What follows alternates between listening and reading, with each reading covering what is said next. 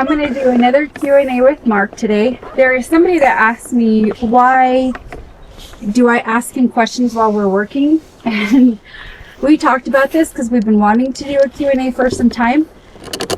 But I think it's really awkward to sit down and just talk. So I feel like when there's a good time where a lot of the work that Mark does can be time-lapsed, or I usually cut out, we can usually ask a few questions and make that into a video, a Q&A video. So today we are working on pretty much, I don't know, what are we working on? Fixing our solar safety. We're working on solar safety, everyone. Safety first. I'm gonna turn the camera around and ask him a few questions. Okay, my first question. It looks like you have to have Everest's car back in the shop for a broken oil pan again. Yeah, weird. Can you explain a little more about that? This road's a good road, real good road. And it's a real good road for short cars.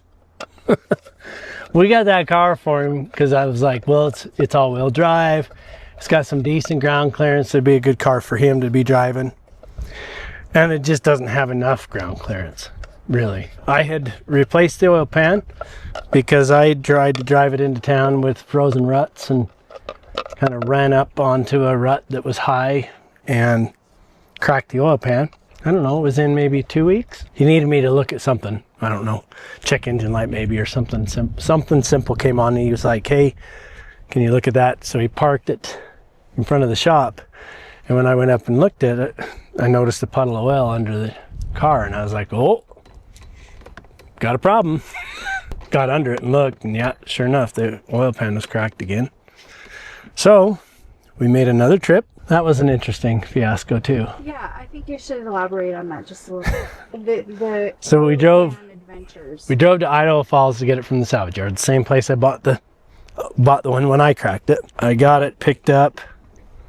I drove out there. It's like 4.5 hours round trip. Mm-hmm. So I went, got it picked up, got back here with it. We got it power washed and cleaned because it was just covered in grime. And we got it cleaned, and Ever says, hey, this one's damaged. And I was like, what?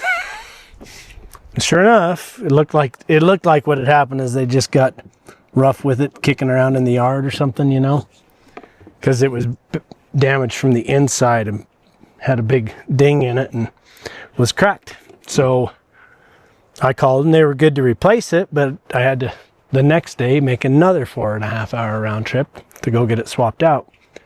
So we definitely didn't leave there that time without making sure that we had a good one. Because then instead of one day to go get it and then get it put on that afternoon and be done with it, it ended up being 2 days worth of fiasco.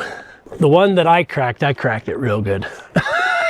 And so the one that Everest cracked just had a real small fracture in it. So he took the recycling out today, all the junk metal, and took it into the recycling place. And I said, keep a hold of that one oil pan that has the small crack in it. We'll try to weld it. We're not out anything. And I says, what do you think about doing that and having a spare oil pan kicking around? He says, I think that's a great idea. Let's have an oil pan around. Well, I'm glad that wasn't your fault this time. All right, the second question, this one gets asked every single year, especially during the spring runoff. Okay. And that is, why don't we have a pond or a collection water system, or, you know, anything like that? For summertime irrigation, for like irrigating the gardens and stuff? Yeah. Or drinking water or something, I guess? Just for gardens, wildlife, that kind of thing. So that would work great in lots of places in the country. It just doesn't work in Idaho. We're smack in the middle of a desert, and we're definitely a desert.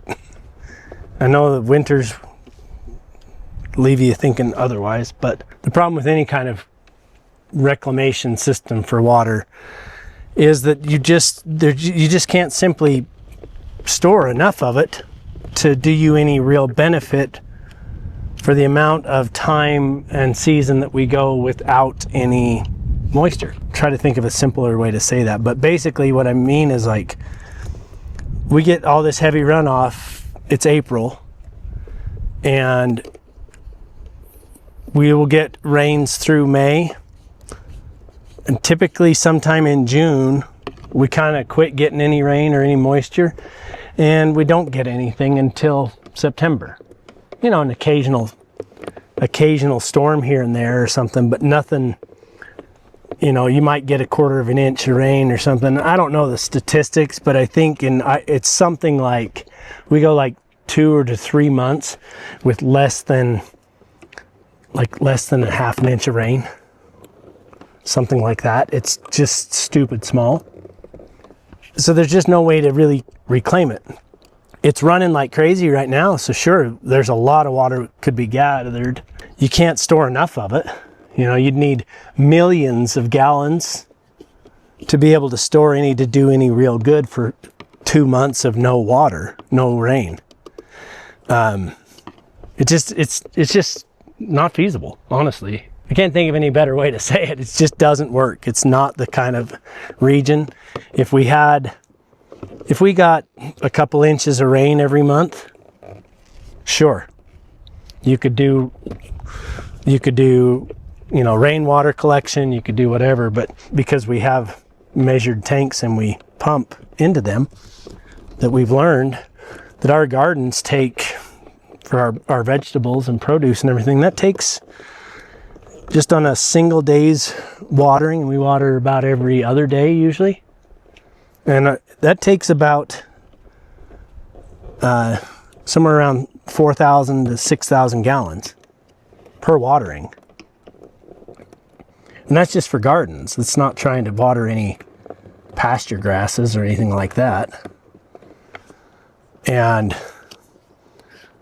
I can't imagine trying to find a tank to hold thousands of gallons. I mean, we've got 5,000 gallons of tanks in 2 tanks there, and that's expensive. Try to find a million gallon tank or something. Well, what if you build a pond? That's something that somebody... Yeah, so pond, I've thought about it many times. You can definitely, in a smaller space, you can dig a pond. I've got all the equipment, all the means necessary.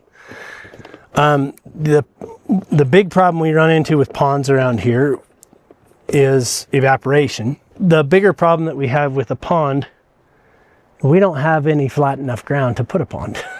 In order to have space enough to put in a pond, you got to carve it flat first, and you can see how steep everything is. When I need 20 feet of flat, I end up digging for a month to get a 20 or 50 foot wide pad. It's just not, it really just isn't feasible on the side of the mountain to dig a pond.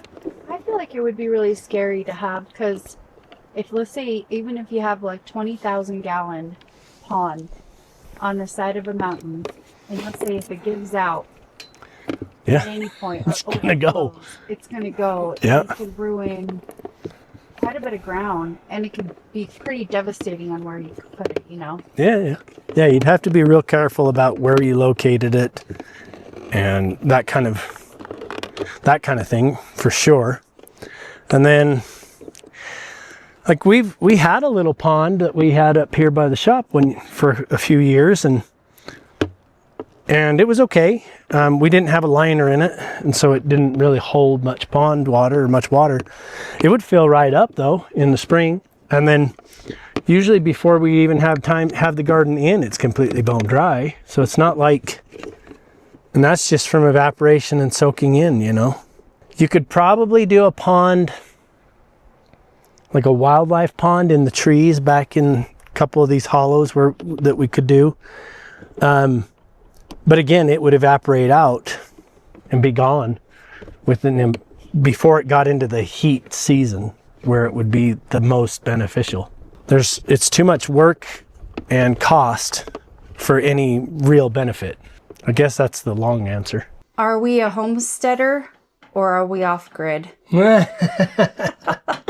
How do you identify? That question. I hate both of those phrases. Just put it nicely, they're marketing terms. So off-grid, right? Off-grid is a term that came about